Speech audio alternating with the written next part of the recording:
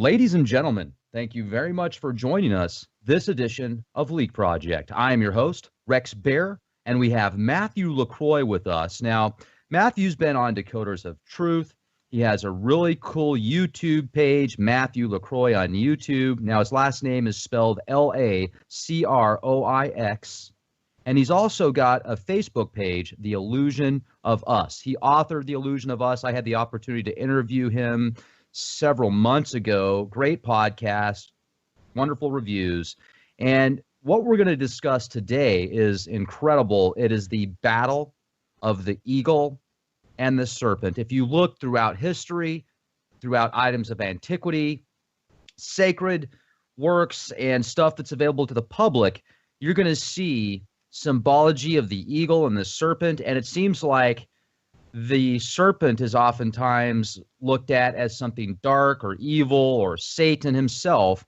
And what we're going to get into is the possibility of there being different factions fighting amongst each other, trying to smear each other's name, and what the serpent really is, what the eagle really is, because Matthew takes this back thousands of years. We get into the Anunnaki timelines, and this is incredible, ladies and gentlemen. So put your seatbelts on. Matthew, thanks a lot for joining us here at the Leak Project. How the heck are you?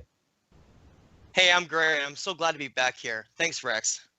Absolutely. Now, one thing I like about what you did is you put together multiple slides, and it's seamlessly integrated to where we can walk the audience through these through this presentation with the slides and essentially show them what you're referring to give them a better idea. So let's get started. The battle of the eagle and the serpent. Okay, great. So let's look into some of history and what we've seen with the battle and the eagle of the serpent. When we look at as far back as we can look at ancient advanced cultures in places like Egypt in Mesoamerica, we find these gods of antiquity that are worshipped by nearly every advanced culture of the past. And a lot of us think that they're merely myth, and they think of as some whimsical imagination to describe the times that were confusing based on lack of technology. But what we're looking at is the idea that it all connects back to the same place, to this forgotten war between these factions over the right to free will between mankind. And so we're going to look at evidence to really see if there really is this hidden battle between the eagle and the serpent. Yeah, that's great. So, now, let me ask you before we get started, because sure. the serpent has been talked about for thousands of years, and it is considered by many cultures to be knowledge and nothing evil at all. And with the research that you have done, have you compiled that same synopsis? That's exactly what we're going to kind of come to as a conclusion here. Really what we see is an inversion of everything, and especially the things that really matter, the things that are important. And when we start to look at what really is the case based on evidence and hard truths, looking at cuneiform tablets and a lot of these ancient writings that have been left from pre-religion, we can find that the serpent is nothing like we think it is. The serpent and the dragon have been extremely misrepresented, and there's a reason behind that. And so the very reason behind how that's been misrepresented is because of one of these two brothers. So for over 100,000 years here on the earth, there's existed this ancient battle between the gods of history over mankind. And this battle has been waged between these two Sumerian gods. On the left, known as Enki, known by the Greeks as Poseidon, and this is his statue. One of his statues is Poseidon, you can see. And he is symbolized as the serpent. So any serpent knowledge and dragon knowledge is represented by his family side. And on the right, this is the famous Enlil, known to the Greeks as Zeus. And of course, everybody knows who that is. And he is represented by the eagle. And Enlil was known by the Sumerians as the Lord of the Air. And the mighty eagle was a fitting symbology for him, being that he was kind of the war god. His title was not the war god, but his actions certainly showed that. And then, of course, Enki was kind of the opposite. He was the Lord of the earth and the oceans. And as you'll see, kind of their mentality follows this dualistic side of, one being completely the opposite of the other. And that's really what has ruled this story all along. The information we're about to go over has been heavily suppressed. And when you see where it leads, you'll know why. Because once you know the truth of the eagle and the serpent, everything in your reality can change based on that information. The truth is true. It really is profound, and it connects back to not only our Anunnaki parents, but the reason why they've been fighting for so long. So we think for a moment about the serpent, this scary idea of the serpent, and we look at all the different times throughout history when it's been thrown under the bus and inverted to this idea of being a dark, evil thing. And we look and we wonder why. And we see that there has been this purposeful reason that the eagle in the church for thousands of years has been hunting and destroying the knowledge that connects back to the serpent. So if you want to look at the truth behind philosophy and all the most pure sacred knowledge that can come back to kind of who we really are and understanding the world around us, it always ties back to the serpent. And once you see the evidence that we're going to show on all the flags and crests, see, that's where the true knowledge of knowing which country was ruled by which governing brother is found by looking at flags and the family crests that go way back to the earliest history. So let's take a look at some of these. You can follow the rise and fall of civilizations based on whether their flag or their origins were based on this eagle or serpent. And most of them of course, have an eagle on them because the warring powers of the world have seamlessly won for the last couple thousand years. And so this secret war can be seen on flags and crests in nearly every single country in major advanced warring culture in the past. And the eagle always adopted the crest that later would become that warring superpower. So let's look at some of the empires of the past to see if we can kind of track down this eagle. And we find, of course, the most famous of all would be the Romans, and then of course the Nazis. And both of these empires largely were focused on war as their means of their focus for this culture. You know, some cultures are focused on acquiring knowledge and researching and just developing great libraries. Like Alexander the Great was founded, the Library of Alexandria. But then you have other civilizations, controlled by the eagle, where their focus is about dominating other cultures and acquiring all of their resources. And so if we look back to what was on each crest, we can figure out what the motives and what the control was behind that. So, and a lot of people listening to this are probably living in the United States, and it's by no means a coincidence then you can see that the U.S. has been at war for the past something like 225 years or something in there, and we've had the eagle represented as almost an entire time. So we have to, not hold back our feelings about nationality and about feeling towards certain places, and just realize that we're just people playing our part in each one of these different landmasses, and it isn't about what country we're living in that we want to fight against the other one about. It's just learning the truth about what has happened in our history, and that's what we're going to do right now. So if we look at things like the conquest of the Americas and famous figures we learn in history like Columbus and Cortez and Pizarro, we see them as being the heroes of the story. But then if you look at evidence and what it shows, in the Anunnaki series we've done with Gerald Clark, we show that battle in Mesoamerica, the conquistadors coming over and basically destroying what we'll see is this serpent knowledge. And this is showing one of the past crests of the Spanish Empire. And that, of course, follows these conquistadors conquering all of these different lands of the serpent. So when we look, especially in places like Europe, Turkey, and Russia, we find this eagle back to the earliest cultures we can find of these advanced warring cultures. This is the Byzantine eagle found in Turkey, and of course, probably the most famous because of some of the other portrayals in like the Illuminati and other things. But this is in the Rothschild family crests and various things. But this is the Russian Federation crest, and this is the Byzantine eagle is present here, and you can see. My favorite image in the center, if you focus on the center, you see a knight there, and he's slaying a serpent dragon right in the center. And that's just such a fitting symbology for the eagle and all the conquering that it's done all over the world. And so let me jump in. Go ahead. Because I think of role-playing games like Dungeons and Dragons, Lord of the Rings, and it's always the dragon that's the evil one that has all That's the right. gold, all the power. And you wonder sometimes, with the possibility when there was an article that came out several years ago that I remember reading on Yahoo News about how there's been several species of humans, everything from dwarfs to blue people. And then you think, well, could there have been elves? Could there have been dragons? What about dinosaurs? Could dinosaurs be dragons? Could they be one and the same? Could they be an offshoot of dinosaurs? I mean, that would make logical sense if you really think about it. And then if you look at countries like China, I know China really boasts the dragon, so maybe they haven't been overcome by the Enlil eagle yet. That's right. You actually touched on something very important there right at the end. If you find civilizations that still have strong connections back to either the dragon or the serpent, then they are often the ones that were not able to be corrupted by the eagle. And as you said, Japan and China, you see some of the more mature civilizations where they practice very deeply with martial arts and spirituality, and you can kind of see that, and you can see that strong correlation, and that's what we're actually gonna dig right into that. So let's look at this for a minute.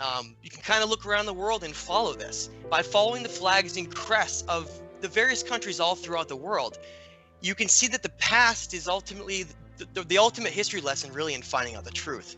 It's the telltale mark that gets left behind to the real story of which gods either created civilizations and turned them into a prosperous state, or turned them into a warring civilization and often corrupted them, and then many of them collapsed later on. That's the very reason why we've seen so much of our history of war and tyranny here from so many kings and past empires. And the eagle has been used kind of to do the evil bidding for mankind, and this false perception that has been given that these ways are simply our leftover barbaric evolutionary traits. I want to say that if you look at ancient writings, even in many places in the Bible, it says that kingship was lowered from heaven, and you can read that in many places and see that this hierarchy warring dominationship, this is from the Enlil eagle side. This does not come from simply some barbaric leftover trait that we have. And so the reason that's important is that a lot of people will use that to blame us for our actions, saying that we're the very reason for all of this simply because we were evolving. But really, you can see that that's not the case at all. And really, it's been the opposite. We've been held back and forced into this warring culture so that so many generations would go by until it became considered normal. And then that's why everyone thought that war was a means of just being like an everyday thing, when in reality it's not. It couldn't be further from the truth. So the eagle symbology is not only referencing Enlil, but it's his entire faction of his family. So Enlil has several sons, had many sons. Two of them in particular, one was named Ninurta, and the other one is Iskar-Adad, the war god and storm god. And they became a powerful and potent sons of Enki and his son Thoth and Marduk.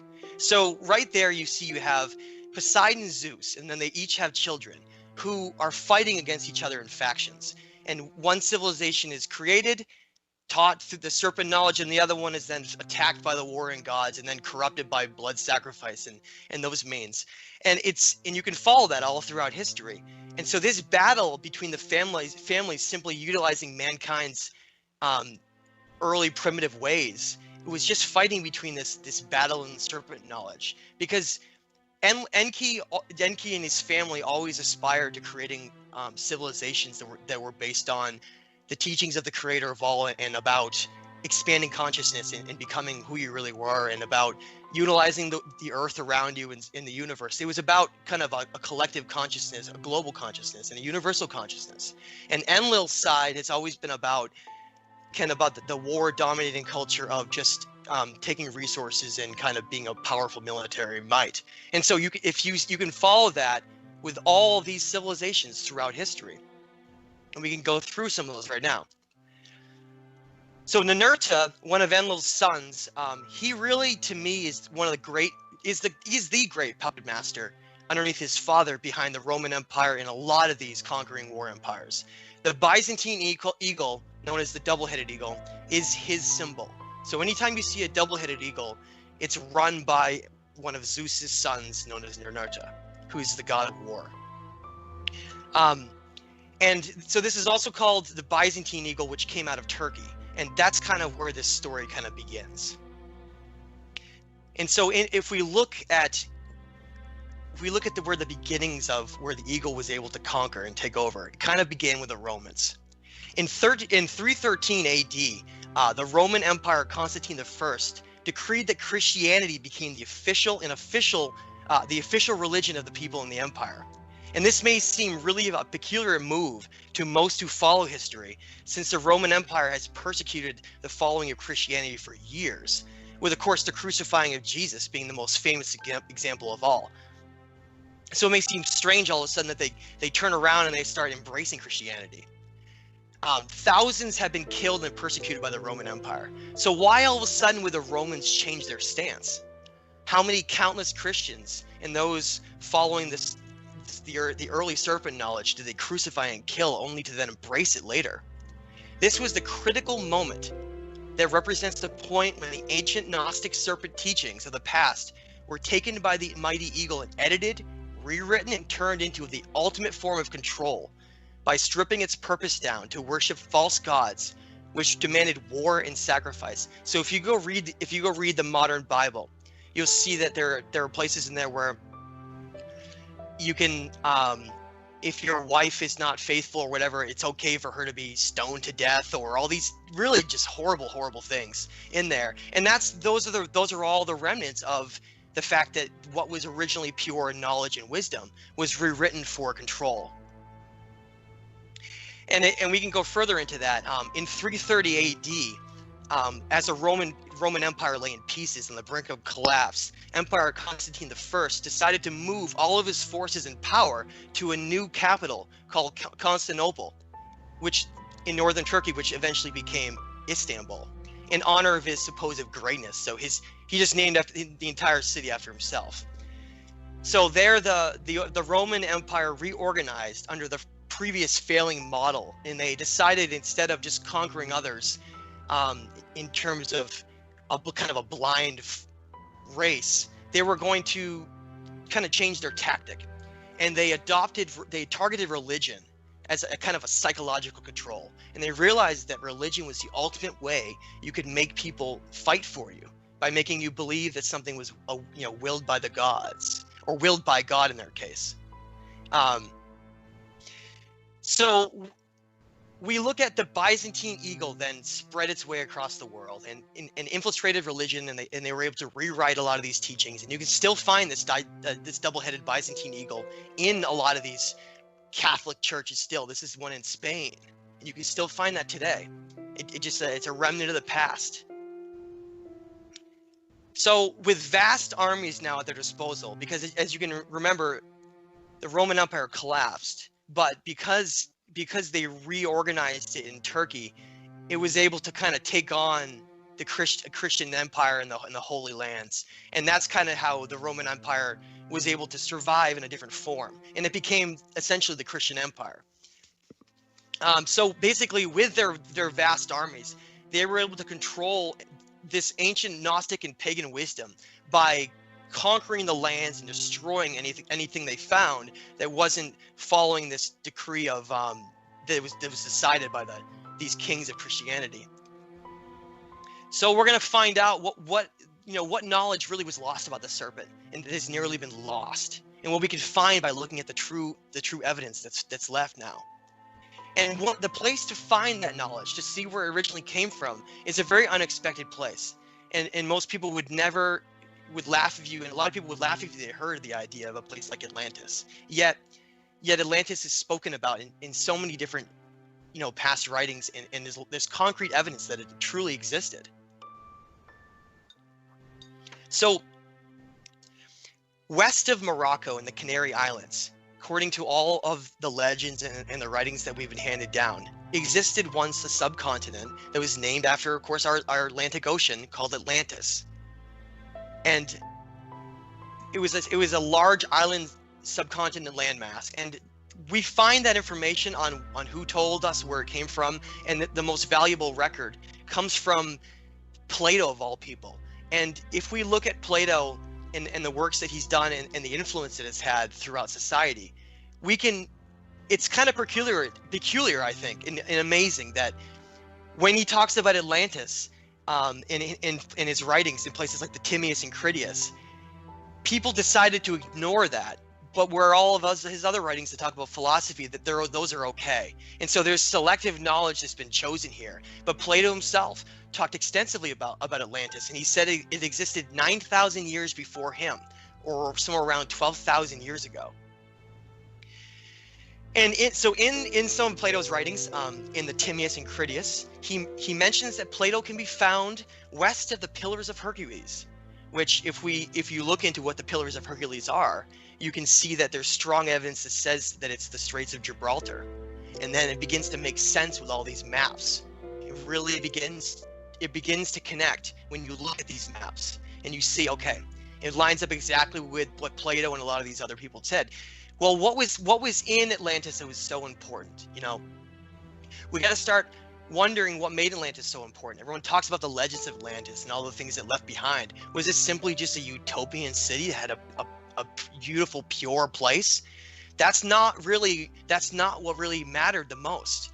And you're going to see that the serpent knowledge that extended all throughout the world, that became the pagan and Gnostic knowledge, it simply was the serpent knowledge from Atlantis. So let's look a little bit more into Atlantis. What made Atlantis so important was this ancient serpent knowledge that they contained there. And this knowledge had been targeted by the eagle, led by powerful armies of the Romans much later on. And the reason for that was the truth behind the fact that Poseidon was the great creator of Atlantis. He's the great founder of Atlantis. And that's why the serpent knowledge goes all the way back to him and his son Thoth. Because when Atlantis was destroyed, that serpent knowledge had to be protected. So we have to look into retracing the steps of the serpent and those who have protected its knowledge. And we find if we look back at this legacy of the serpent, we find that it always goes back to Enki and his son named Ningshita. And now Ningshita is someone that I want you to remember because he had many important incarnations here, using these human avatar hosts, such as Thoth in Egypt, Enoch to the Gnostics, Hermes to the Greeks, and especially, and most importantly, Jesus, which we talked about just a second ago, was of course crucified with the Romans.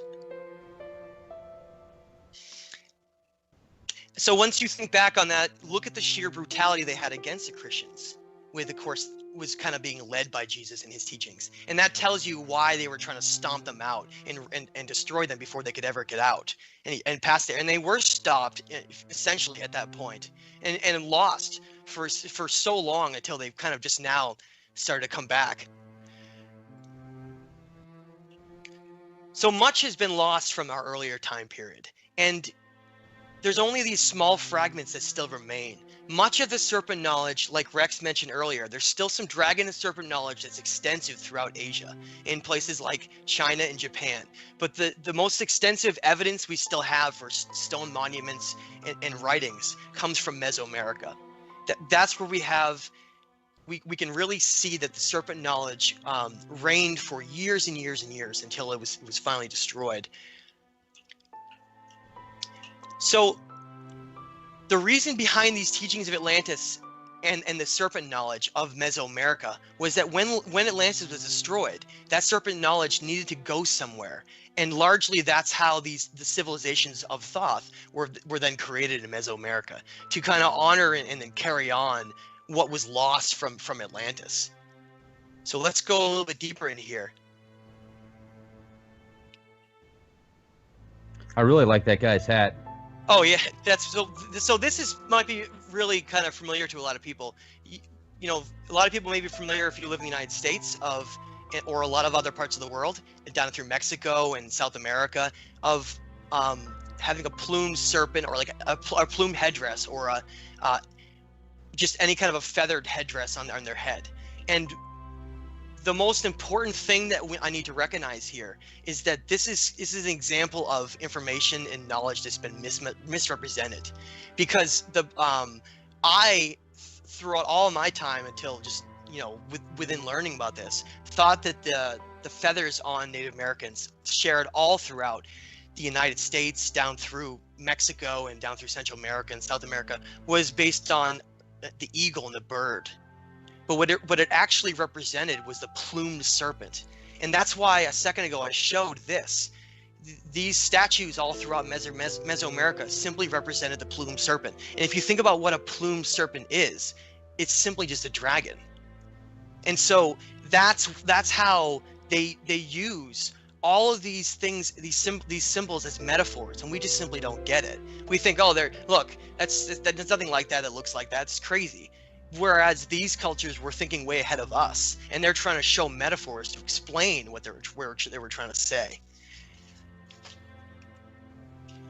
So these teachings and grand civilizations that were created by Thoth in order to resurrect what had been lost from Atlantis, they were only later corrupted by the eagle through war and blood sacrifice. We have to strongly consider all throughout history these native civilizations of the Americas, which became the stronghold of the plumed serpent. And then remember, the conquistadors of the mighty Spanish Empire that then conquered simultaneously the north to the south of all of these cultures. And I want you to remember that. Because the real meaning behind these native headdresses, as I talked about, it always extends back to the plumed serpent and the winged dragon. It has nothing to do with the eagle. That was simply what was stolen from them. And the flag of Mexico, to me, is one of the best examples still shown in the world. Because if you look at the history of Mexico and how those civilizations by Thoth were created in Tenochtitlan and Teotihuacan, you then see that when Cortez landed and then they conquered them, the eagle was able to conquer the serpent. And that's how their flag was able to eventually mean that. And unfortunately, most Mexicans don't know that. If they did, they probably wouldn't be as happy celebrating it. So the truth can really be found by looking at some of these ancient flags.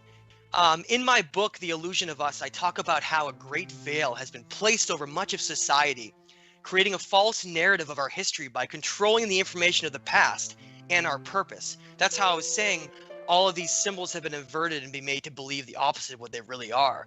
Because if we knew the truth of what these symbols and teachings and all of these things meant, we would find out the real truth of everything. That's what they're trying to hide. Because it really does create what we think of as the Matrix. By holding back the truths of history, they're able to control what we think of the events of the past, and kind of allow kind of this trained subconscious to attack anything that doesn't fit this predetermined model of what they give everybody through, this collective curriculum that's given through school. So what would happen if society learned that the great gods of the eagle were simply using civilizations as a means to settle ancient family disputes, with the ultimate cost of being the blood of hundreds of millions of human beings throughout history? And I mean, right here, the image of the Romans. Just think of the image of the Romans and how many countless civilizations they conquered and destroyed, being run by the eagle right above it. We have to strongly consider why the dragon and serpent has been made to be perceived as evil all throughout history, whereas the eagle was a sign of freedom to us. Remember that. The hard truth that we're going to understand is that nearly all of these things have been inverted to the opposite. And then we kind of, if you think that way, you kind of figure it out if you objectively look at it.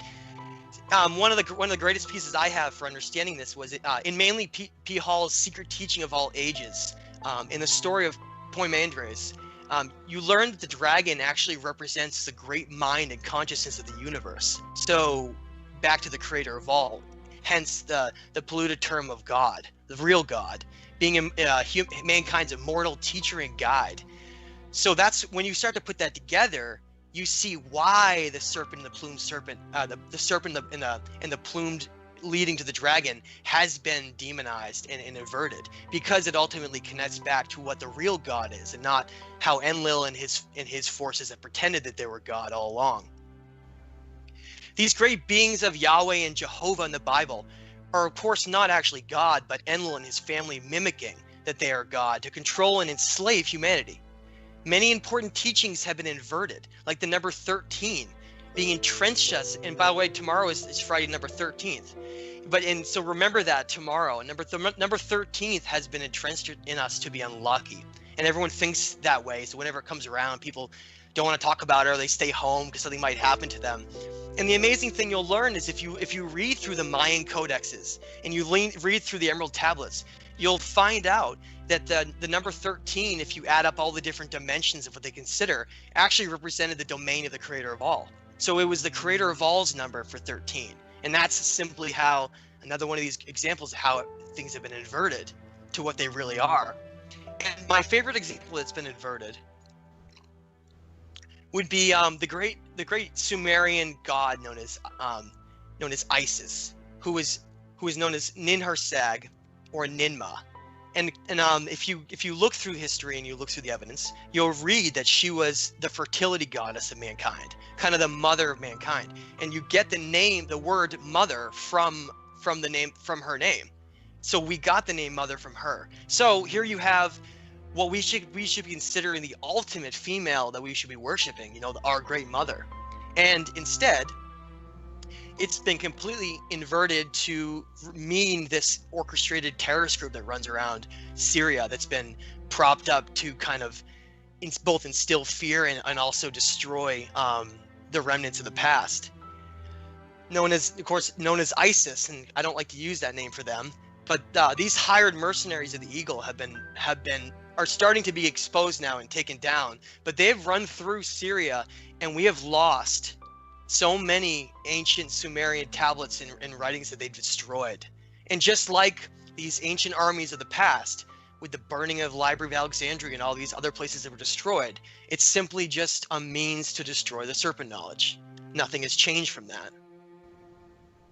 That reminds me of why the native cultures have probably been systematically destroyed, because of their ancient knowledge. It's the serpent knowledge, exactly. Huh. If you can look at those cultures all across the Americas. One of the things we looked at in the Anunnaki series was that, being the god name of Quetzalcoatl and Kukulkan and Amaru, they're all the same god. They're all just Thoth. So if you think about that and you say, okay, they're all created with the same Atlantean knowledge, that's why they were all systematically run through and destroyed after by the Eagle.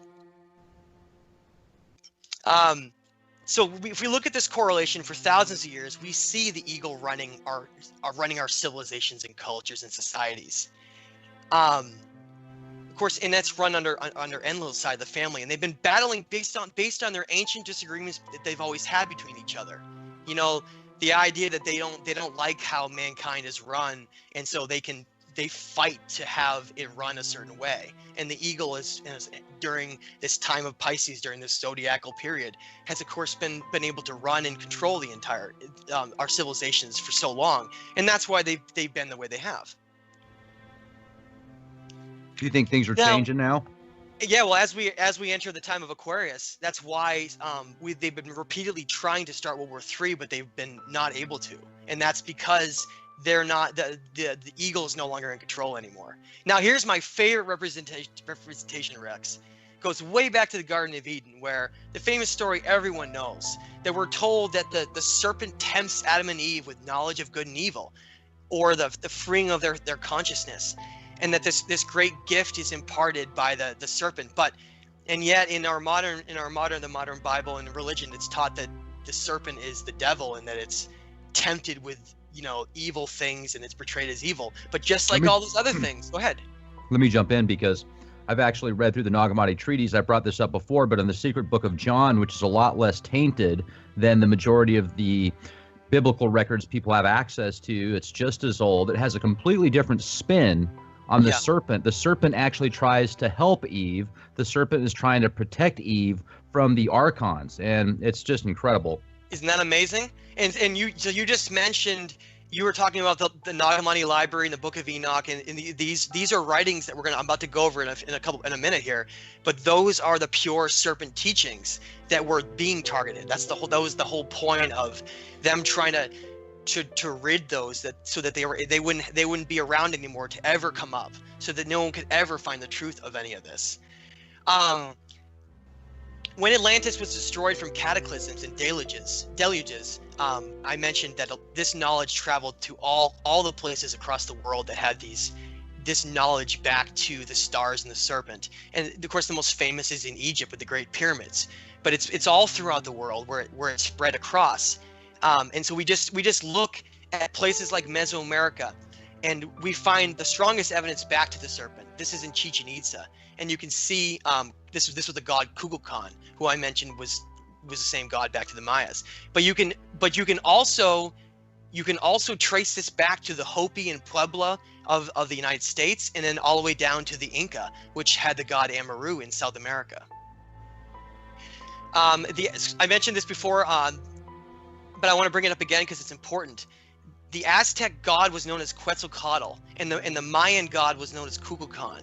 But if you look at the evidence for both of those, is that you can see strong correlations that they were the same being. They were simply Thoth in different incarnations. And if you see that, and then you follow this serpent, this is an Aztec representation right here, and what I just showed a second ago, this is a Mayan representation. You can see it's the same serpent all the entire time being represented, and that's how you follow it all throughout history.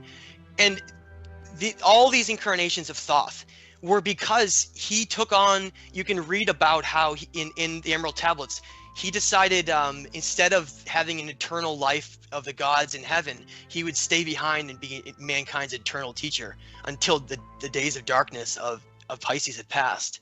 And that's why the Hermetic writings and all of these teachings of the serpent have been trying to be protected in so many of these cultures. You can destroy the people, you can kill the people, and you can rid them of their cultures and their past ways, but you cannot destroy these giant pyramids and in all of these places that are remnant. There's just too much of it, and that's how those things were able to survive to the light of a new day. And then we're really lucky that they were able to still be around to have those teachings. And of course, through the power of the eagle, the mighty Spanish conquistadors conquered all of the Americas, which was the heart of this Atlantean serpent wisdom. And I want to point out that if you think that these are heroes, consider the fact that with Cortez and Pizarro, Cortez of course conquered Mexico, and Pizarro conquered South America, the Inca in Peru. Montezuma, who was the ruler of the Aztec, was captured by Cortez and held for ransom, and Atahualpa was the head ruler of the Inca, was captured by Pizarro and held for ransom. And when they both got their ransoms, both of those leaders were executed, and then all the civilizations were then stampeded and then destroyed. And then all we have left are these remnants that we're trying to uncover right now today. The cleansing of the pagans and Gnostics by the eagle through the corrupted church was to destroy this legacy, and we can still see places left behind of this Gnostic pagan wisdom in places like Stonehenge, where they connect back to this lost connection to the stars and the universe that we once had. And so if go think of the word pagan, meaning any of these religions, any of these people who followed anything other than the predetermined Christianity and Catholic Church before these times, that's why the very idea of the pagans being targeted was such by all these different cultures, because they were the ones still protecting this knowledge. And my favorite example for this, and it's a really striking example, and I really encourage people to look into this themselves to see the truth. But the holiday that everyone celebrates vigorously, it's one of everyone's favorites, is St. Patrick's Day. And I want to give you a little information about St. Patrick's Day that's going to maybe blow your mind a little bit. In the early 17th century, St. Patrick, remember, everything has been inverted by the eagle. Many of these saints are actually just soldiers of the church. So if you think about it that way, St. Patrick kicked all the snakes out of Ireland. right? So that's what the story of St. Patrick's Day. People don't know that, or they just see a leprechaun and drinking, and so they all get drunk, and that's how they portray the holiday. But the real truth behind it is that if you look at the geography of Ireland and you know anything about its relative latitude, you know that there are no snakes in Ireland, and there never have been. So if there are no snakes, and you look at the metaphor for what that really means, a lot of these things are simply metaphors that we have to understand. It just means pagans. So they were ridding the snakes, the snakes out of Ireland, the pagans out of Ireland. You see that there is the evidence right there to the fact that the pagans have been the ones protecting the serpent snake knowledge. And then you can connect that all the way back to the very beginnings of Atlantis. And you can connect to all these civilizations that have been trying to protect it all along. And this represents simply one of the last remaining places up in Scotland and Ireland that had these people that were protected, and they were, of course, celebrating their their domination and being kicked out of the country. If you look at the complexity and the sheer scale behind this, you gotta look at how the eagle has been able to control so many human civilizations. It should be pretty clear that the gods were simply just these Anunnaki higher beings who have been playing the great puppet masters of our history. At some point, we gotta decide if we want to actually take the reins of our own story and stop letting them dictate it for us. How many human lives need to be sacrificed by these war criminals of our evolution? To me, the value of a human life is the ultimate gift we have. Our consciousness provides us with every single possible means for us to reach the true light beings that we really are. And the value of a human life is what is at stake here. This serpent dragon knowledge, all it does is connect back to who we really are, connecting back to our chakra centers, and that identity is what's being fought over. Because if people don't know who they really are, they'll allow themselves to be ruled and governed, and they'll fight for another country and die for them. Once you learn the truth of it, everything really does change, because then you no longer are governed by those things any longer. Please find more about this in my book, The Illusion of Us, and I have a YouTube page Rex mentioned. Thank you so much, Rex. I make a lot of videos like this. I continuously try to do a lot of different content to try to connect different parts, from both connecting back to thinking like spending time in the outdoors and Gaia, to everything to the Anunnaki and higher consciousness and dimensions. And I want to also say I've learned so much, and a huge shout out to Gerald Clark, who's been a really huge inspiration and teacher for me behind this. And his website can be found at geraldclark77.com. So please look at a lot of these videos and some of these books that we've written, because we really have tried to expose this battle of the eagle and the serpent that's been held back for so long. Because this time of Aquarius that Thoth talks about how eventually mankind will be able to find this knowledge again. And that's the time we're in right now with Aquarius. That's been predicted by the Mayans and all of these cultures. And so this is the time when this information is flooding the internet and being released. And so it's just those who can look into themselves and have the courage to find the truth. So thank you very much. Right on. You certainly made my job easy today, Matthew. And I just want to say I'm thinking of the hysteria behind 2012, the December 21st, 2012. Or maybe it's December 23rd, but yes, I remember the hysteria behind that, and that could have actually been the death of an old age and the beginning of the Aquarius age. So in reality, it might be scary to some, but for those that want the truth, those that are seeking wisdom, knowledge, have an open mind, yet not so open that their brain's going to fall out on the sidewalk and get splattered all over the place, then I think that now could be a very golden time for a whole bunch of people. So this is great, Matthew. Really appreciate it. Ladies and gentlemen, get The Illusion of Us. It's a great book. I've read it. I really like it. And also go to youtube.com/clandestine time lord, become a member at leapproject.com, question everything, and be the change you want to see.